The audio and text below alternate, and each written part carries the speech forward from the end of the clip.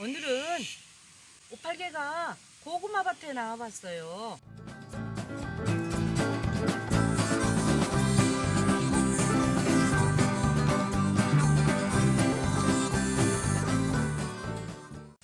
고구마를 지난 5월 상순에 아주 심기 정식을 했습니다. 순을 이렇게 심어놨는데 이렇게 무성하게 잘 자랐네요. 근데 고구마 순은 가능하면은 손을 대지 않는 것이 좋습니다. 흔히들 고구마 순을 제끼고 잘라주고 이러는데 그렇게 되면은 고구마가 스트레스를 받아서 뿌리가 제대로 구근이 크지를 않습니다. 그렇기 때문에 가능하면 그대로 놔둔 게 좋은데 저희 같은 경우에는 여기 보세요. 여기 들깨를 심어놨는데 이렇게 막 달라들잖아요. 이렇게 들깨에 침범을 하지요. 이리 했을 때는 전체를 들지 말고 이쪽으로 오는 것만 이렇게 지금 이쪽으로 왔잖아요. 이쪽으로 온 것만 조금 들어서 이렇게 방향 전환만 좀 해주셔야 됩니다. 왜냐고요? 자, 여기를 한번 보실까요? 자, 보세요. 이렇게 보면 지금 뿌리가 많이 나왔죠. 잔뿌리가. 이 잔뿌리가 중요한 역할을 해요. 이 잔뿌리로 해서 어쩌냐, 이 두둑에 있는 영양 말고요, 이 고랑에 있는 땅속에 있는 영양분들을 이 잔뿌리가 흡수를 해서 바로 줄기를 통해 가지고 구근으로 가서 영양분을 전달해주는, 영양분을 빨아주는 역할을 합니다. 근데 이거를 다 이렇게 드러내보면 어쩌겠어요? 안 되겠잖아요. 그렇기 때문에 고구마 순은 저는 어쩔 수 없이 여기다 이렇게 들깨를 심어놨기 때문에 가에만 조금 이렇게 방향 전환만 조금씩만 이렇게 해줄란데요. 이렇게 뜯는 것이 아니라 방향 이렇게. 이러면 들깨가 잘 자라겠잖아요. 그래서 끝만 이렇게 해주는데 여러분이 아셔야 될 거는 뭐냐면 방금도 설명했듯이 이렇게 순을 잘라버리거나 아니면 뿌리를 꼬랑에 있는 이 줄기를 뚝 들고 전부 다 뒤적거려 놓게 되면 이 고구마가 제대로 자랄 수가 없어요. 영양분이 안 가겠잖아요. 그러는데 여러분들이 이제 아실 거는 뭐냐면은 고구마 순이 이렇게 무성하게 자랐잖아요. 자랐을 때는 저 같은 경우에는 이 들깨 때문에 약간 해주는데 조금 자람을 더디게 하는 역할을 한 것을 지금 좀 주려고 그럽니다. 근데 고구마는 전체 탭이라든지 비료를 깊이 밑거름으로 전량을 줍니다. 원래 그렇게 주고 쭉 기르는데 이렇게 무성하게 자랐고 또 이렇게 침범이 되기 때문에 약간 제가 방향을 틀잖아요. 그렇기 때문에 이제 이 자람을 조금 더디게 해주는 황산가리 전용 비료. 황산가리는 바로 산성으로 토양을 가깝게 해주는 그러한 역할을 합니다. 그래서 황산가리를 지금 어느 정도 분량을 하냐면은 조루가 바로 10L 짜리입니다. 그래서 이걸로 5개를 부었어요. 붓고 이제 나니까 이 물이 남아서 여기다가 지금 황산가리를 이제 75g을 잘 저어서 탑니다. 한 말 20L 기준으로 했을 때는 150g을 희석을 해가지고 이제 여기에다 주면 되는데 이때 줄 때 어떻게 줄 것이냐, 고구마 잎이 충분히 적셔질 정도로만 줍니다. 이게 뭐냐면은 바로 물에 희석을 해서 연면십이라고 그래요. 그래서 제가 지금 여기다 이렇게 적겠기 때문에 스트레스를 받잖아요. 받으니까 스트레스도 좀 완화를 시켜주고 그 다음에 이렇게 무성하게 자랐기 때문에 약간 산성 토양으로 갈 수 있도록 황산가리를 충분히 적셔줄 정도로 이렇게 해주게 되면 고구마가 아주 환경이 좋기 때문에 또 잘 이 구가 형성이 됩니다. 근데 여러분, 제가 왜 뭐 산성 토양 막 이렇게 얘기를 드리잖아요. 그 이유가 뭐냐면은 여러분들, 식품이 신 것이 산성인가요?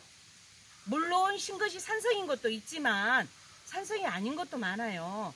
그래서 식품에 산성식품, 알칼리식품 그렇게 구분하는 요령은 뭐냐면은 바로 그 식품을 고온에 연소를 시킵니다. 공원에서. 네, 태운다는 얘기죠.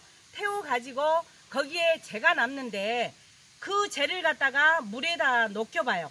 녹이면 거기에 남는 성분이 수소값을 말하거든요. pH 값이 보통 7이다 그러면 중성이고요. 7보다 숫자가 낮다 그러면 산성식품이고 7보다 많다 그러면 높다 그러면 알칼리성 식품입니다. 이렇게 구분을 하거든요. 근데 이 고구마는 바로 알칼리성 식품입니다. 그래서 우리가 보통 탄수화물 식품, 쌀이라든지 설탕이라든지 이러한 것들은 다 산성식품이에요. 산성식품인데 바로 고구마나 감자는 알칼리성 식품입니다. 그러한 탄수화물 중에서도요. 탄수화물 식품 중에서도. 근데 이 고구마는 바로 알칼리성 식품인데 자라는 것은 토양을 산성에서 잘 자랍니다. 약간 중성에서 산성 쪽으로 가까운 거. 강산성이 아니라 약산성 쪽에서 잘 자라기 때문에 이렇게 황산가리를 약간 옆면 시비로 쳐주게 되면은 좋다는 얘기입니다. 환경을 좋게 해준다는 얘기거든요. 이렇게 옆면 시비를 할 때는 시기가 아주 중요합니다. 그게 뭐냐면은 오전에 주면 안 돼요. 왜 안 되냐면은 지금 오전에 주게 되면 이 잎사귀에 물과 비료 성분을 주잖아요. 주면 강한 햇빛에 의해서 물이 증발돼요. 수분이. 그러고 나면 거름의 성분이 농도 진한 것이 이 잎에 붙어 있습니다. 붙어 있으면 거기에는 진한 그 거름기가 있기 때문에 타져버려요. 그런 피해를 받기 때문에 반드시 이렇게 옆면 시비를 할 때는 오후 늦게 4시나 6시 사이에 이렇게 옆면 시비를 해주는 것이 아주 좋습니다. 그리고 이제 또 하나 제가 말씀드리면 이렇게 무성했을 때 여러분들이 낫으로 쳐버리거나 뿌리를 전부 들어서 이렇게 제껴주는 일은 절대 하면 안 된다고 그랬죠. 그리고 할 수 있는 것은 여기서 조금씩 고구마 순을 뜯어서 이렇게 드시는 것까지는 괜찮습니다. 그렇게 하시고요. 그 다음에 이제 저와 반대로 이 고구마 잎이 너무나 안 커요. 고구마 줄기가 무성하지 않아. 이때는 뭐가 부족하냐? 바로 질소질이 부족합니다. 그래서 그때는 또 똑같이 20리터 한 말 기준의 질소질 비료를 150g을 희석을 해서 또 옆면 시비를 오후에 4시 내지 6시 사이에 해주시게 되면 이 고구마 줄기가 또 잘 자라죠. 잘 자라는데 너무 질소질이 많으면 또 줄기만 무성해버리고 그렇기 때문에 적정량이 있어야 되겠고 그 다음에 인은 이미 밑거름으로 들어갔는데 인 성분은 무슨 역할을 하냐. 고구마가 밤들게끔 해줘요.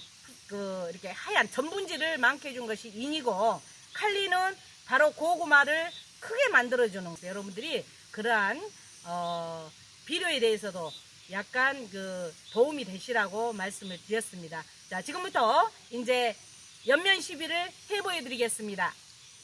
보통 분무기로 하면 좋은데 저희는 조그만 소규모라서 이렇게 물 조루에다가 이렇게 줍니다. 여러분들은 면적이 넓을 때는 분무기로 하세요. 이렇게 잎이 충분히 적셔질 정도로 이렇게 뿌려주시면 됩니다. 이렇게 해서 다 주었습니다. 여러분들 저도 그렇고 우리가 모든 작물을 재배할 때면 지역에 따라든지 또는 토양에 따라든지 따라서 다 다릅니다. 다르기 때문에 반드시 토양 검정을 좀 의뢰를 하십시오. 토양 검정은 시군 농업기술센터에다가 의뢰를 하게 되면 보통 2주면 결과가 나와요. 결과가 나와서 여러분들은 작물 여기 내가 갖고 있는 밭이라든지 논이라든지 이런 데에다 어떤 작물을 재배를 하고 비료는 어느 정도 줄 것인가 그러한 비료 처방전까지 딱 해주는 것이 바로 토양검정입니다. 그래서 토양검정을 의뢰할 때는 보통 우리가 3월에 작물들을 많이 재배를 시작을 하잖아요. 그렇기 때문에 1, 2월 달에 토양검정을 의뢰하면 제일 좋습니다. 그러면 어떤 절차를 할 것이냐. 보통 한 필지당 토양을 떠가지고 가면 돼요. 떠가지고 가는데 한 군데서 뜨는 게 아니라 논이나 밭은 약 15cm 밑에 그 다음에 가수원 같은 경우에는 30cm 밑에의 흙을 이렇게 흙을 떠서 군데군데 한 6군데 정도를 떠가지고 이렇게 봉투에다가 한 군데씩 해서 6개의 봉투 몇 그램? 500g. 500g이 한 이렇게 지퍼프 있는 게 이 정도 되네요. 500g 정도를 떠가지고 시군 농업기술 센터를 가지고 가게 되면 우리 토양에 영양이 어느 정도 될 것이며 또 산성 토양인가 그러한 알칼리성 토양인가 아니면 중성 토양인가 상태를 점검을 해가지고 비료는 여기에는 어느 정도 주고 여기에는 어떤 작물이 잘 됩니다. 산성 토양인데 알칼리에서 잘 자라는 키업을 만들었잖아요. 그러면 거기다는 뭐 석회를 좀 넣어가지고 토양을 알칼리성으로 약간 변경을 그런 조건을 맞춰주는 거죠. 그게 바로 토양 검정이기 때문에 반드시 작물을 재배하기 전에 내년 1, 2월 달에 토양 검정을 시군 농업기술센터에 이러한 시료를 가지고 가셔서 반드시 받아보시면 훨씬 작물을 재배하는데 도움이 많이 됩니다. 비료에 대해서도 도움이 되시라고 말씀을 드렸습니다.